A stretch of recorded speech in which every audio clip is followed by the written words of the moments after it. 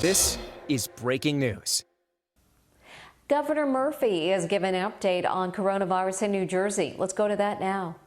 The availability of quality childcare is what enables us to work, both to provide for our family and to keep essential functions in our state open and running. There are parts of the workforce in our state that did not stop for a single day, even during the worst weeks of this COVID-19 crisis. We were only able to report to work and continue to perform our duties because we had reliable childcare available. During the height of the pandemic, my husband was furloughed along with thousands of his co-workers. For a few weeks, he stayed home and took care of our children. When he received a job offer, he was only able to accept it and go back to work because childcare was available. If we had not had access to childcare, our family would have been faced with some tough choices. Either our main breadwinner would have had to stay home on unemployment to take care of our children, or I would have had to give up my job serving my community. However, thanks to the state's decision to allow childcare providers to operate with appropriate safety measures, and thanks to the truly selfless work and dedication of our childcare providers and educators, our family did not have to choose between doing our duty and maintaining our financial stability. That is a choice no family should have to make. We are fortunate enough to be able to entrust our children to the excellent care of these dedicated professionals. We value their work and appreciate their positive and lasting impact on our children. Now it is with great pleasure that I introduce the Governor of New Jersey, Phil Murphy. Thank you very much. Well done.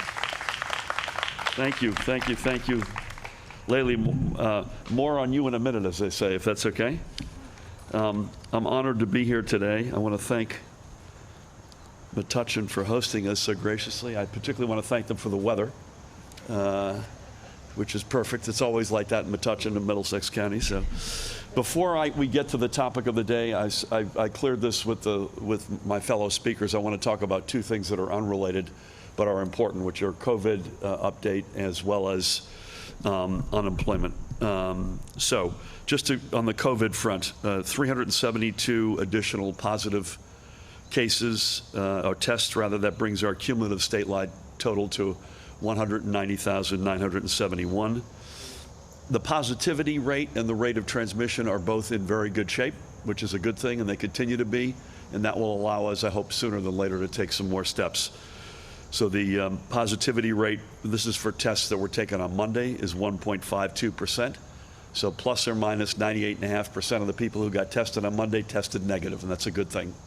And the rate of transmission is now down to 0.77.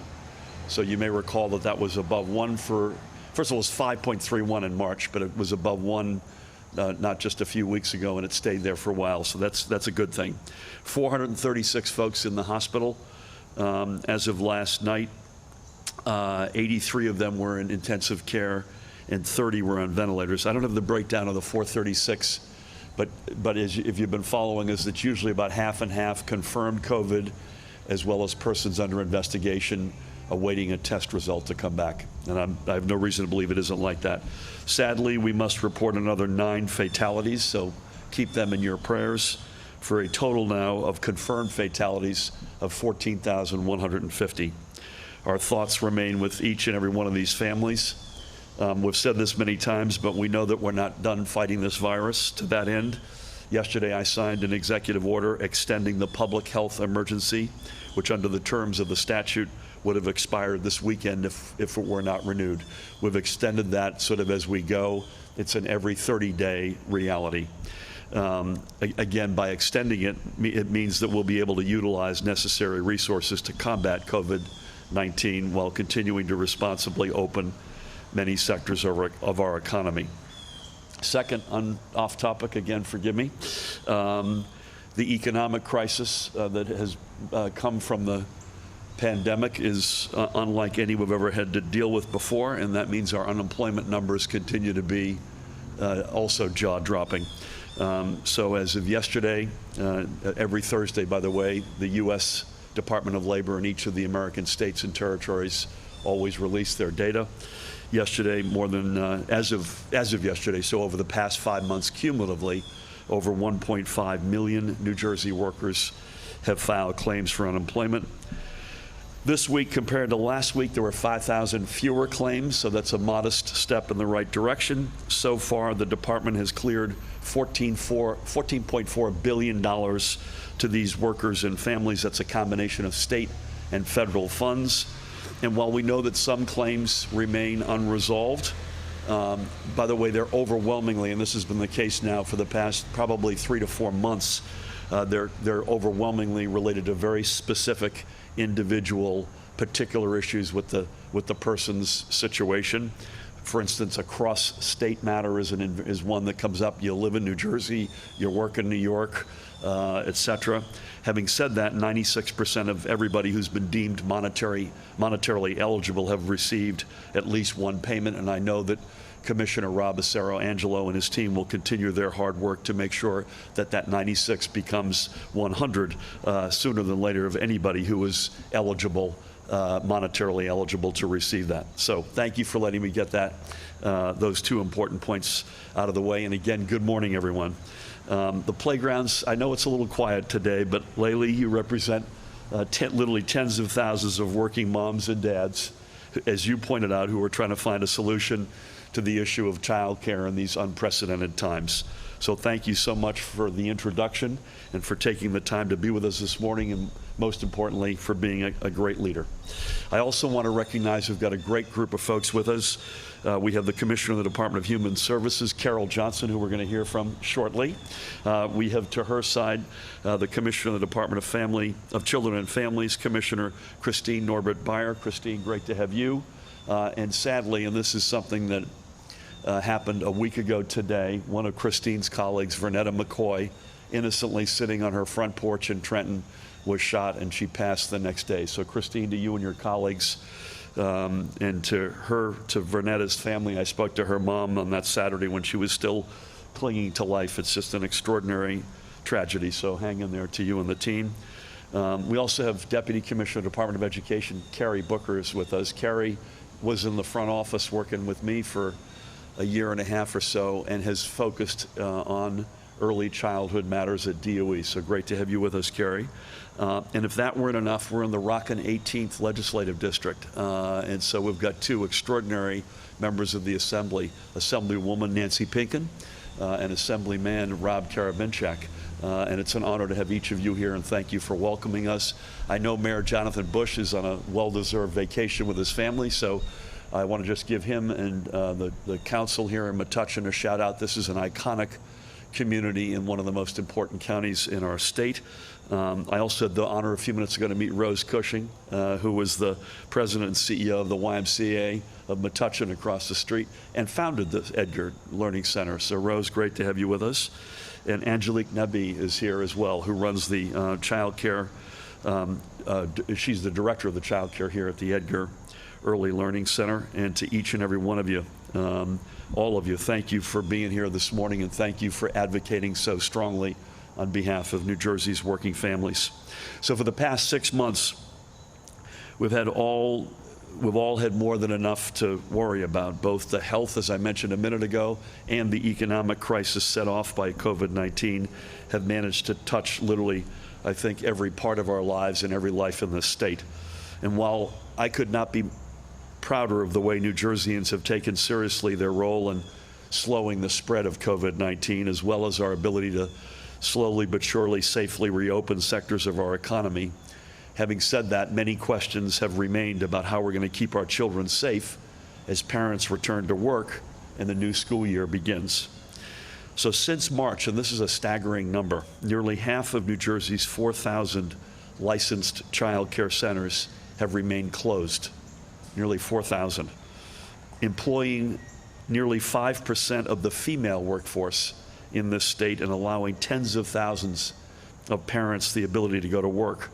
The child care industry is a cornerstone part of our state's economy. And as many schools continue distance learning into at least the beginning of the fall, there will be new and increased need for access to child care during school hours. This increase in need and decrease in availability, that combination has caused tens of thousands of working parents real concern about affordability, making sure their kids are safe throughout the day. And Laylee, your comments resonated deeply with all of us.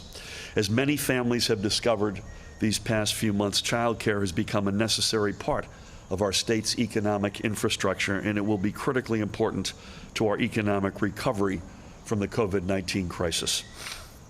So to address this problem and support New Jersey's families, and I previewed this notion in broad terms on Tuesday at our budget address, I am proud to announce the creation of the $250 million COVID Child Care Initiative, which will be run through the Department of Human Services by Carol and her team.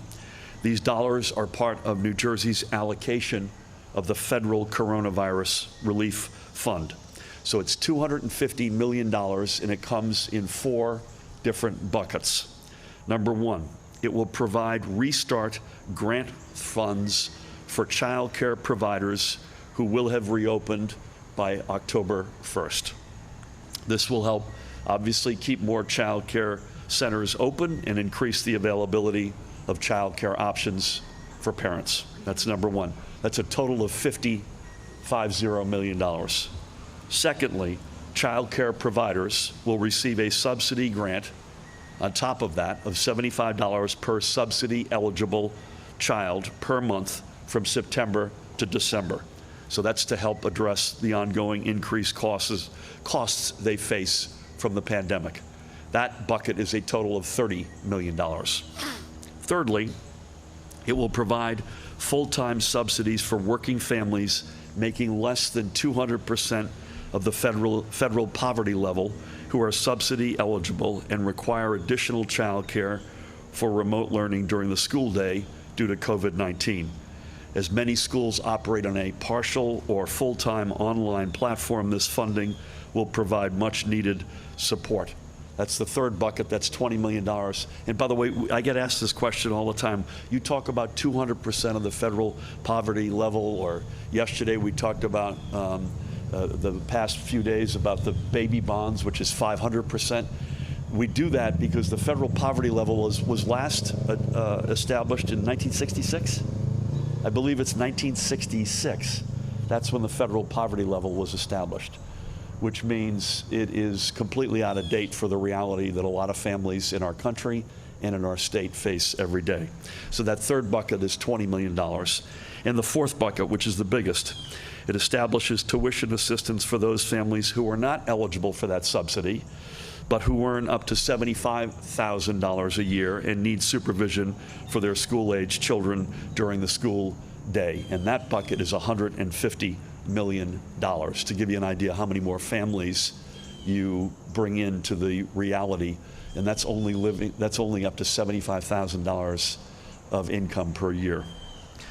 So this broad initiative has been designed to address the issue of child care from multiple directions. And the two big ones are child care providers need assistance to remain open, and secondly, our families need assistance to afford new and increasing expenses. By helping providers, and at the same time by helping working families, we are one step closer to our recovery from this crisis and getting our economy back on track. But of course, by the way, this is about money, but at the same time, it's about much more than just money. It's also about making sure our parents have peace of mind that their children are safe during the day. And I've said it many times, we are in an unprecedented times, and we only get through this crisis together.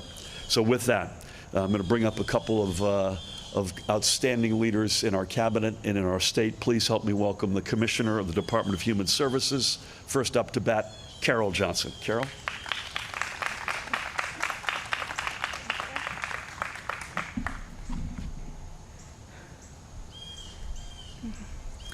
So good morning, everyone. If I could take 1 minute to speak off topic, I just want to thank the governor for yesterday renewing the public health emergency.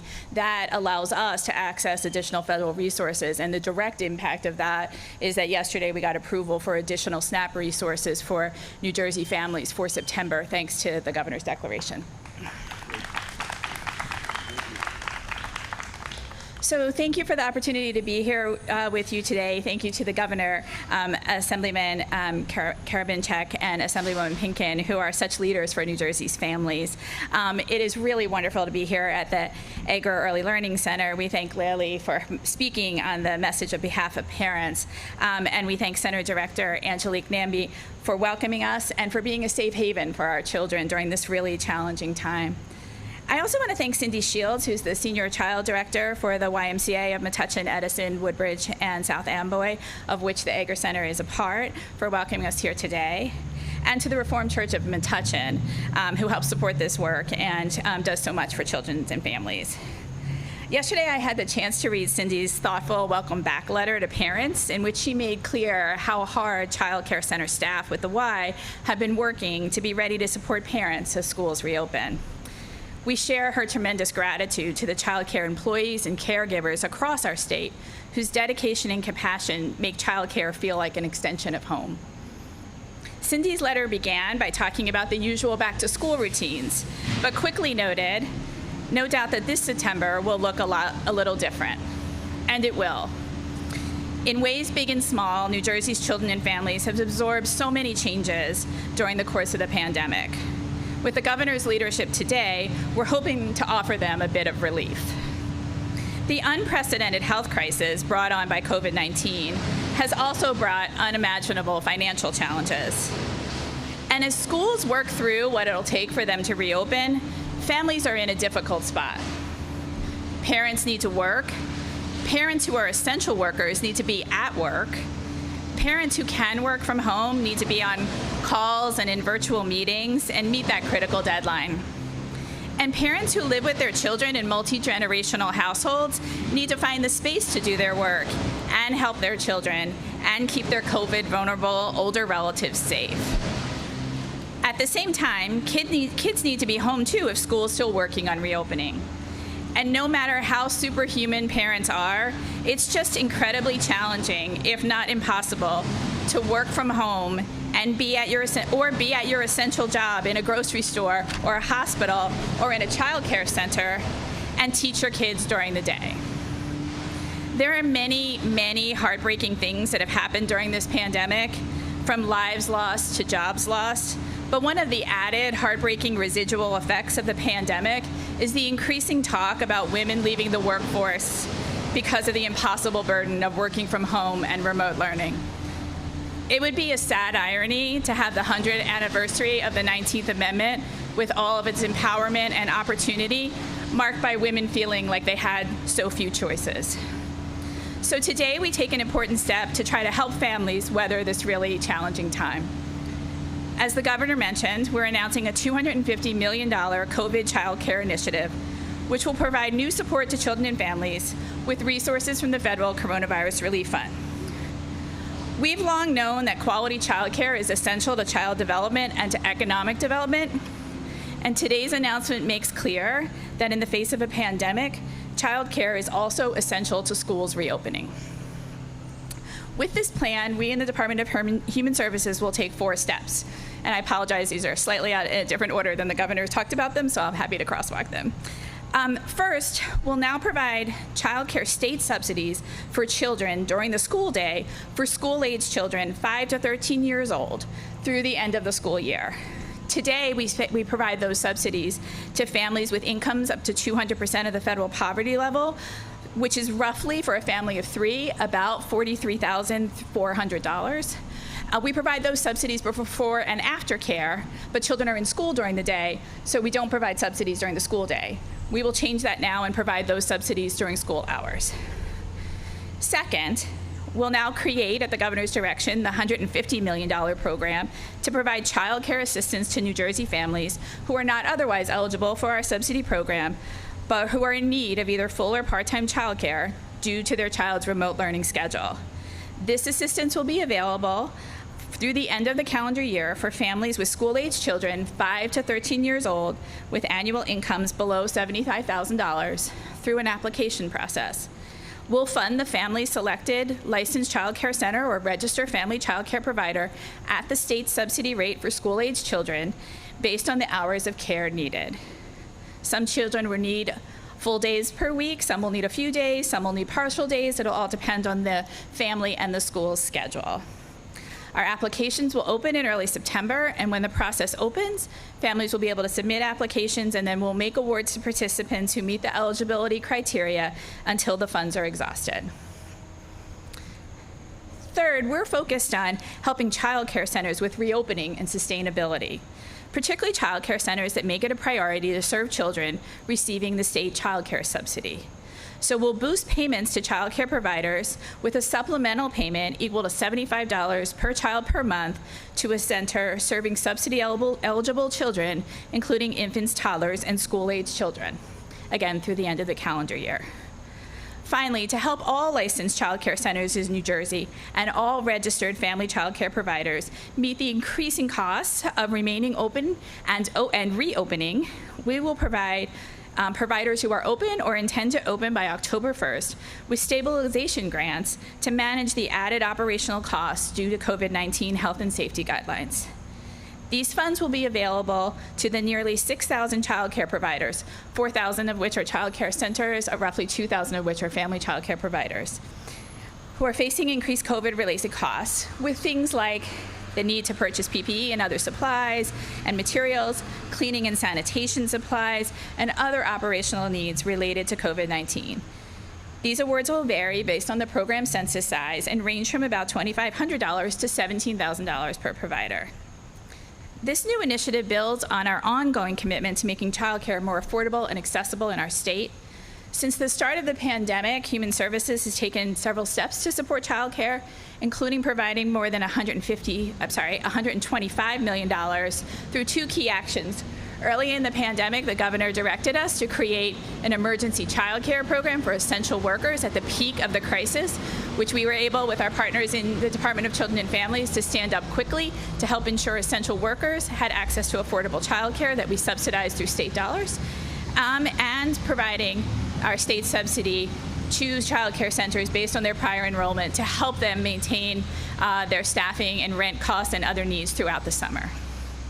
We've also been delivering personal protective equipment to emergency child care centers and family child care centers as it becomes available. And all of this is really representative of the Murphy administration's long-standing commitment to child care. Since the start of our administration, we've been making new investments in child care and working hard to address affordability and quality in child care across our state.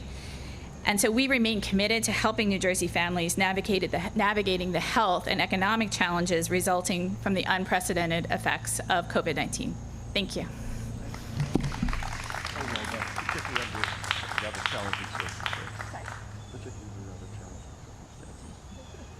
So I have three things to say, other than Carol is an extraordinary leader.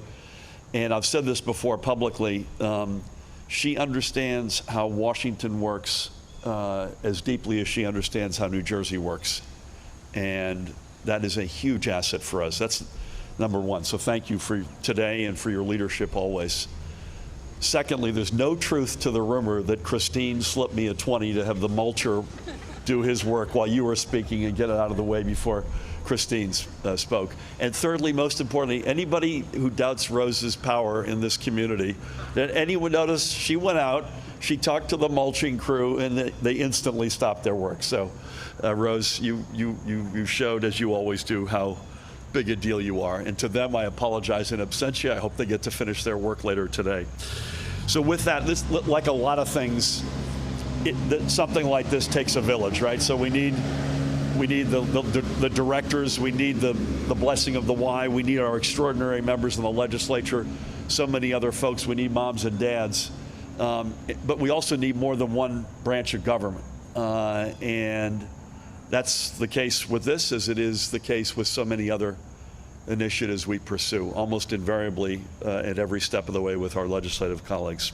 So in that spirit, please help me welcome another extraordinary leader, the Commissioner of the Department of Children and Families, Christine Norbert-Beyer.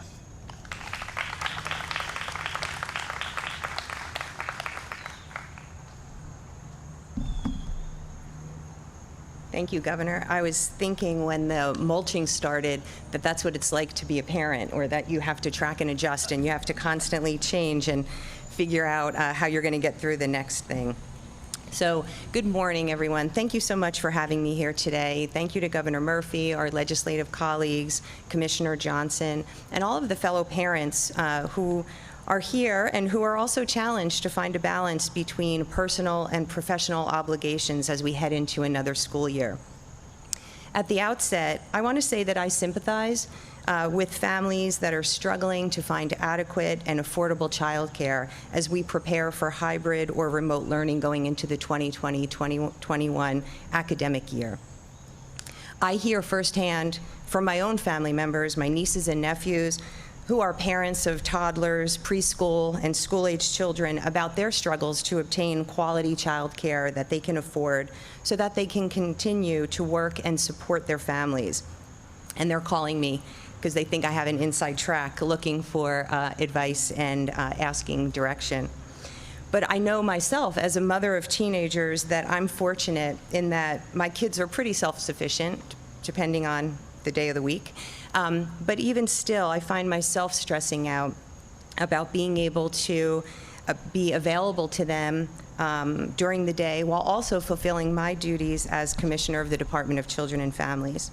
So for parents of younger children, and especially for parents working in a job where they don't have the ability to work from home, the stress and anxiety that they're under and the challenges that they face make it all just simply untenable. The pandemic has reinforced what we already know, that access to quality childcare is vital to working parents and critical for a thriving economy. But the pandemic has also brought about with it challenges to maintain an adequate level of childcare in the Garden State. The necessary practice of social distancing limits our childcare capacity, even as it helps to ensure a safe, healthy experience for the children.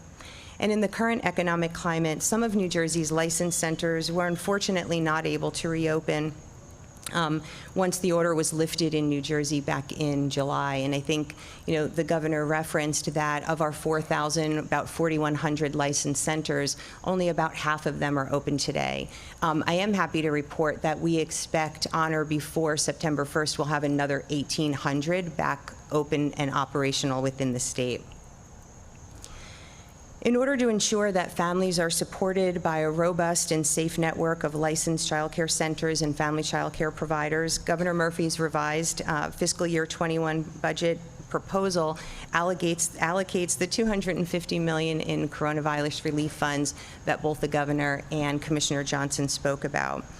And Commissioner Johnson and I, our departments with the Department of Education and others, are working collaboratively across state government to ensure that adequate, accessible, and affordable child care is within reach for every New Jersey family that needs it. At DCF, we'll continue to look at best practices from the National CDC and our own Department of Health to make sure that it's safe, an enriching experience for the children enrolled and staff working in these child care centers. And we're exploring creative ways to expand our child care capacity, including looking to develop partnerships between licensed centers and other community facilities like schools, recreation centers, and houses of worship. So on behalf of the New Jersey's families, I want to thank the governor for his commitment to a healthy and strong network of child care providers ready to help families find the balance that they so richly deserve between the professional and the personal. And I look forward to working with my colleagues across state government to help implement this vision and these dollars. So thank you so much.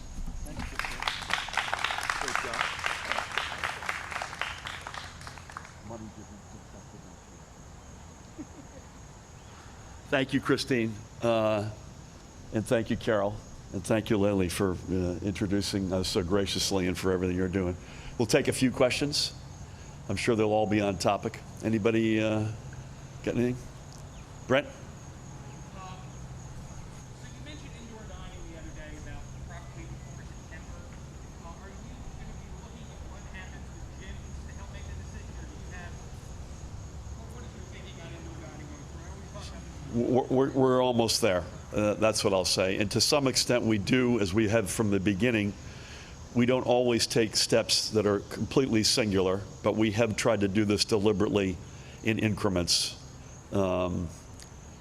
Methodically, I guess is another way to put it. So we do get some sense but the gyms aren't going to open until Tuesday, and so I'm not sure that we'll have the benefit of a full readout of that, but we're getting close. With positivity rates around 2% or lower, rates of transmission that have now come down meaningfully below 1, and they're sustained. This isn't just one good day. They're sustained. We're getting very close to being able to take that step. Please. Thank you for that. Yeah, I did not watch it, actually. No, our sons were playing in a championship soccer match, which unfortunately they lost in penalties, and that spilled into that between that and bad weather. But I've read some of the highlights, and if I got a chance this weekend, I'll look at a tape of it. But I did not see it. Well, I mean, I said this the other day about the Hatch Act, and I think it's less the case with the president than it is with diplomats or other members of government.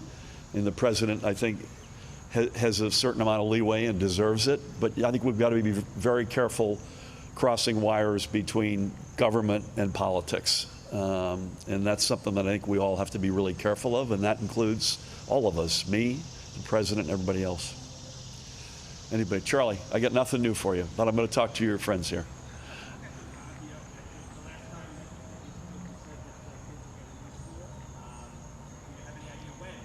I don't, but Dan Bryan, who has been following up with you, as you and I both know, will continue to follow up.